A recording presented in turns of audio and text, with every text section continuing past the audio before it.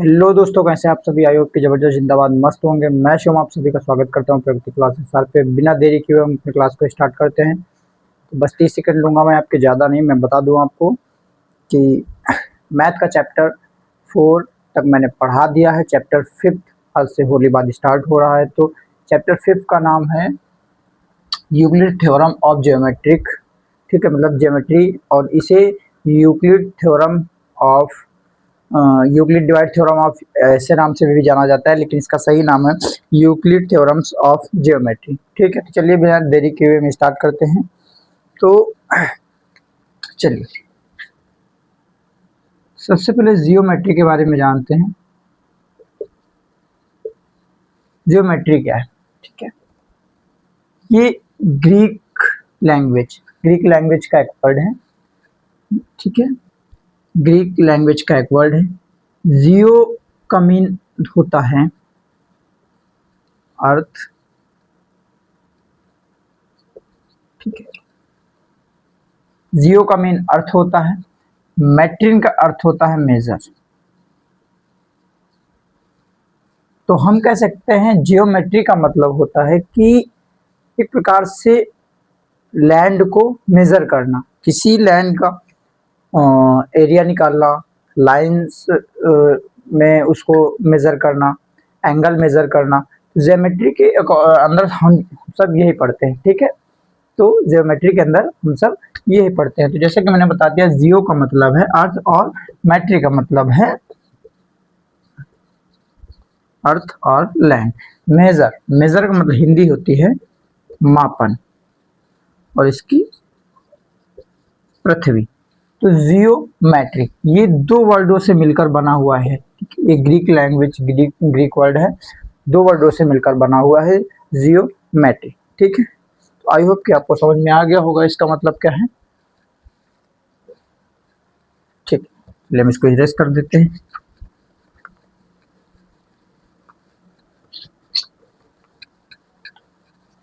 Geometry का मतलब आपको समझ में आ गया होगा कि क्या है। अब हम यूक्लिड डिफिनेशन पढ़ते हैं। ठीक है, आज हमारा जो नेक्स्ट टॉपिक है यूक्लिड डिफिनेशन एंड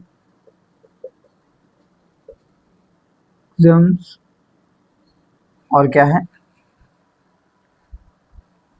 पोस्टुलेट्स।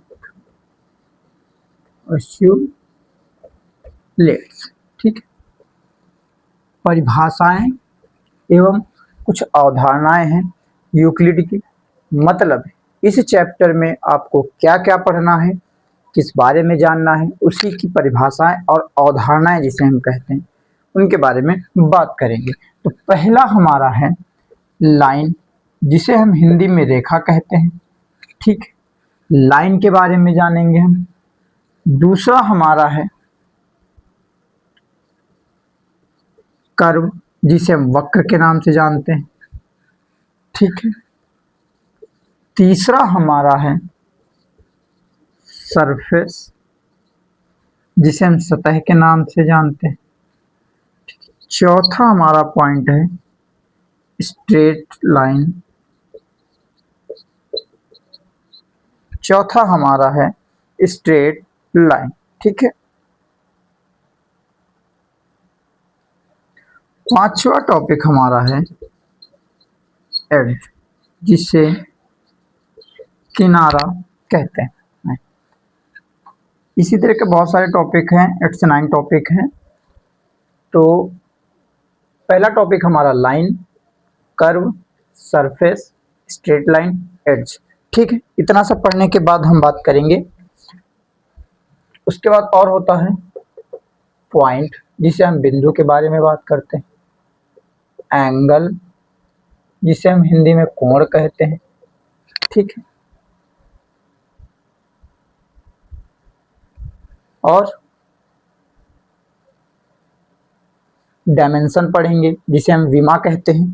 ठीक है, और प्लेन सरफेस पढ़ेंगे। प्लेन सरफेस मतलब प्लेन सरफेस के बारे में। ठीक है, तो इन सब के बारे में हम Euclid definition and axioms and postulate के बारे में हम पढ़ेंगे। तो line, curve, surface, straight line, edge और पॉइंट, एंगल, इन सब चीज़ों के बारे में होता है। ठीक है, तो जियोमेट्री के अंदर हमने बताया कि किसी लैंड, जियो का मतलब है अर्थ और मैट्री का मतलब है मेजरमेंट, ठीक है, मापना। तो जियोमेट्री के अंदर हम किसी एरिया, किसी लैंड का मतलब हमको दे दिया गया कि ये इतना पार्ट है, ये इतना पार्ट है, इस पार्ट का पूरा एरिया निकाल के आप ऐड करके दो, ठीक है, तो वही अर्थ होता है जियोमेट्री का। तो यूक्लिड में उसी के मेथड्स, उसी के बारे में बताया गया है कि कैसे हम नॉर्मल तरीके से पढ़ेंगे और कैसे निकालेंगे। ठीक है, चलिए स्टार्ट करते हैं।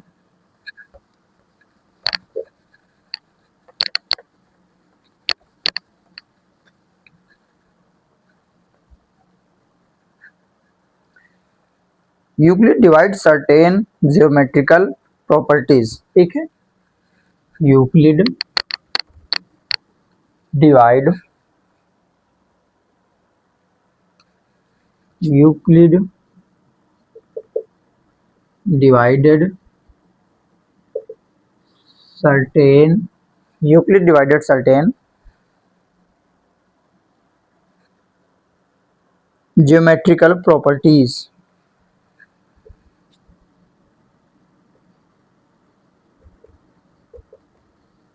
मेट्रिकल प्रॉपर्टीज, ठीक है। यूक्लिड को किस तरह विभाजित किया गया है, मतलब डिवाइड किया गया है, तो एक तो पार्ट है एक्सिम्स, दूसरा पोस्टुलेट जिसे हम अवधारणाएं कहते हैं, ठीक है, पोस्टुलेट, ठीक है, पोस्टुलेट, इसे हिंदी में हम शायद अग्र भिन्नत ऐसे कुछ कहते हैं, ठीक है, याद नहीं आ रहा, हिंदी में इसके बारे में बता दूंगा अभी। तो इसे एक्सिम्स को कहते हैं, अग्र अभिन्नत कहते हैं, अग्र अभिन्नत हिंदी में, और इसे इंग्लिश में एक्सिम्स कहते हैं, और पोस्टुलेट इसको तो अवधारणाएं कहते हैं। तो इसे दो पार्ट में बांटा गया है। इसका मतलब क्या होता है, देखो इसका मतलब क्या होता है, इसका मतलब होता है truth that can be applied to all part of mathematics. आया समझ में? नहीं आया, ठीक है।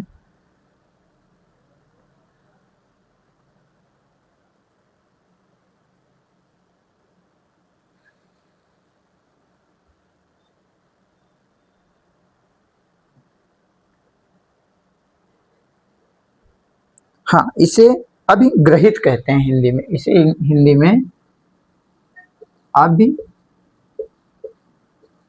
कहते हैं, ठीक है, इसे हिंदी में अभिग्रहित कहते हैं। तो अभिग्रहित का मतलब होता क्या है, अभिग्रहित का मतलब होता क्या है, तो ऐसे सत्य जो गणित के सभी भागों में प्रयोग किए जा सकते हैं,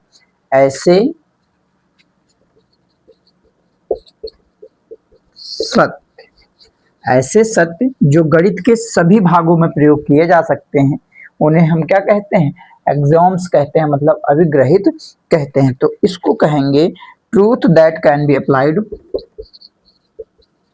ट्रूथ दैट कैन बी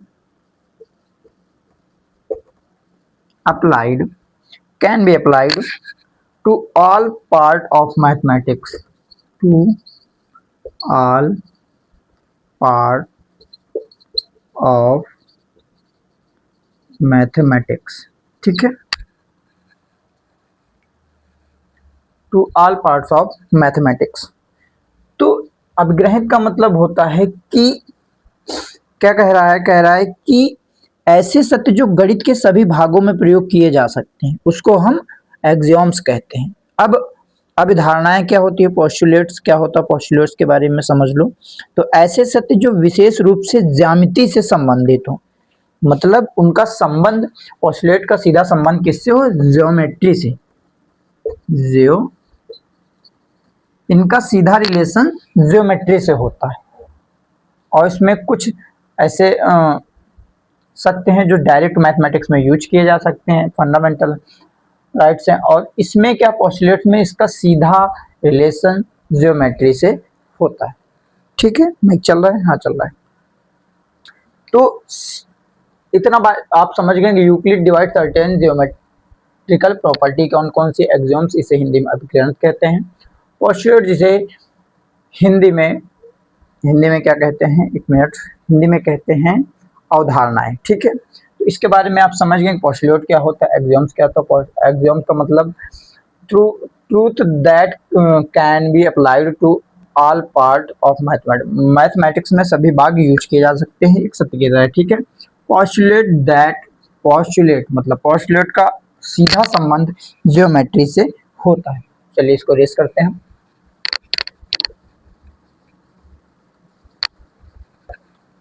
ठीक है, अब इसके बाद हमारा अगला टॉपिक है some of Euclid axioms are given below without order given by him.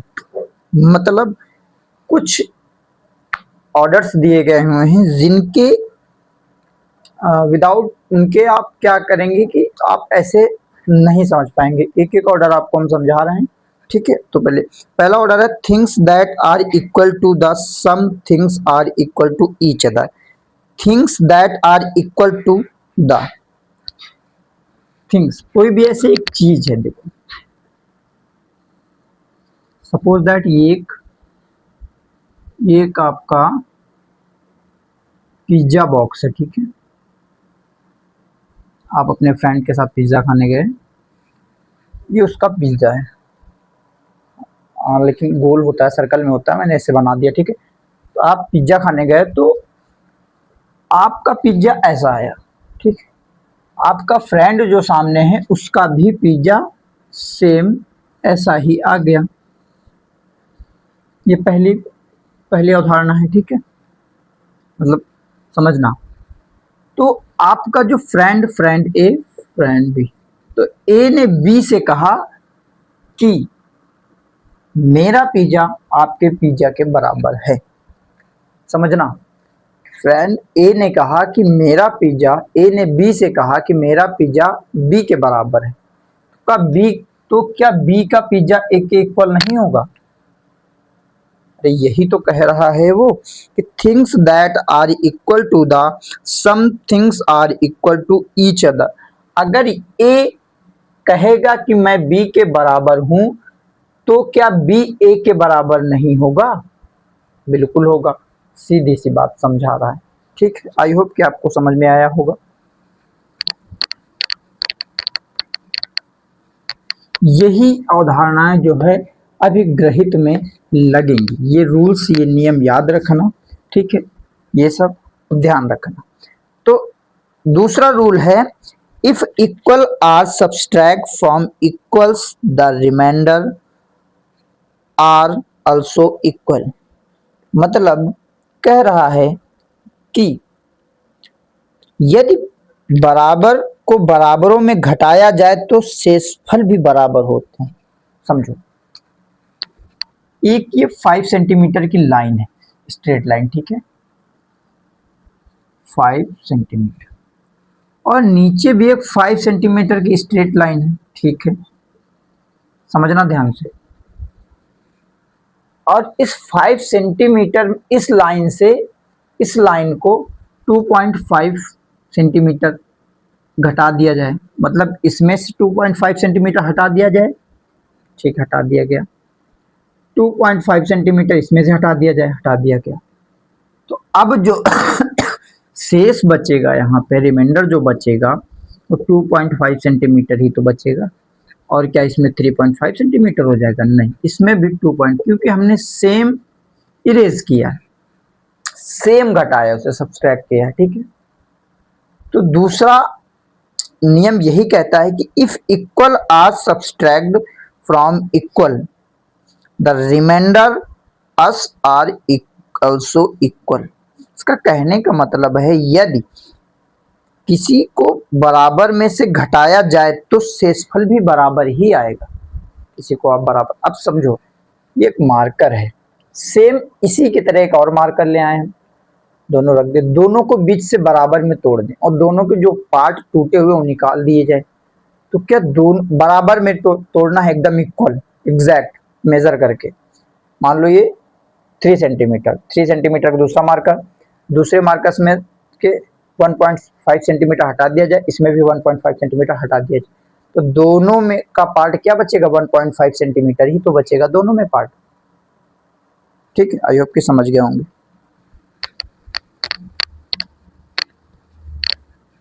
एक तीसरा रूल है, देखो तीसरा रूल क्या कहता है? तीसरा रूल कहता है कि if equal to are add to equal the whole are equals.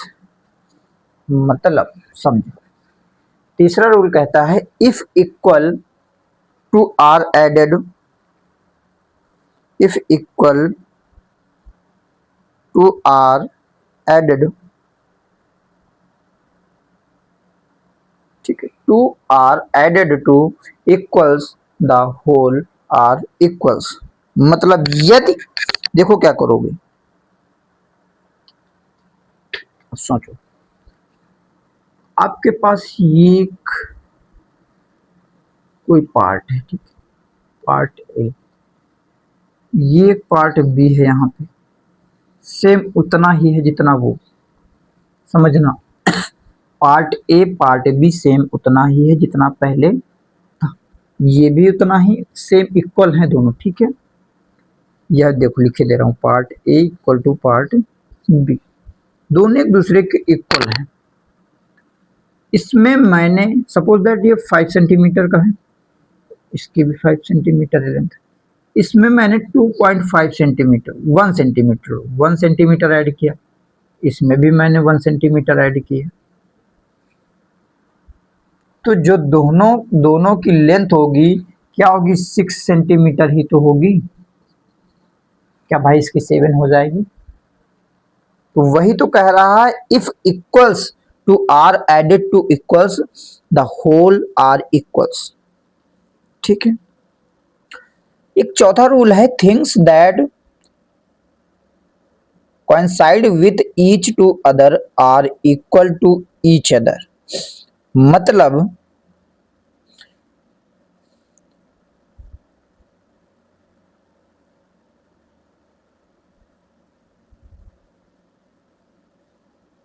इसका मतलब होगा things that coincide with each other are equal to each other, ठीक है।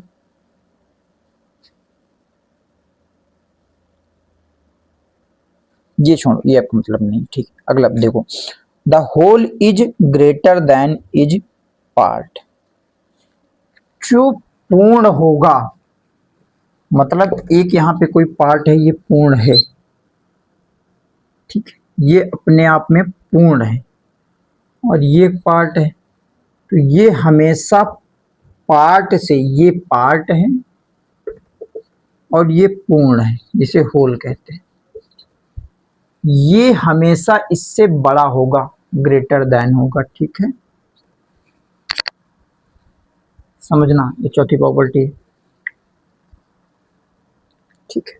आई होप आपको ज्योमेट्री के बारे में पता चला होगा कि ज्योमेट्री है, ज्योमेट्री में पढ़ते क्या हैं, ठीक है, ज्योमेट्री में क्या क्या कॉन्सेप्ट हैं, लाइन पढ़ना है हमें, एरियाज के बारे में पढ़ना, हम बहुत सारे एरियाज निकालेंगे, ठीक है, यूक्लिड डिवीजन के बारे में, इन सब चीज़ों के बारे में पढ़ेंगे, तो आगे बहुत ही मज़ा आने वाला है। तो ये तो इंट्रोडक्शन क्लास थी इस चैप्टर की, ठीक है, मुझे इसके बारे में बताना था कैसे क्या होता है, ठीक है। चलिए, तो वीडियो को लाइक कर दीजिए, कमेंट में अपने डाउट जरूर डाल दीजिए, और दोस्तों के साथ शेयर कर वीडियो को, चैनल को सब्सक्राइब जरूर कर दीजिए।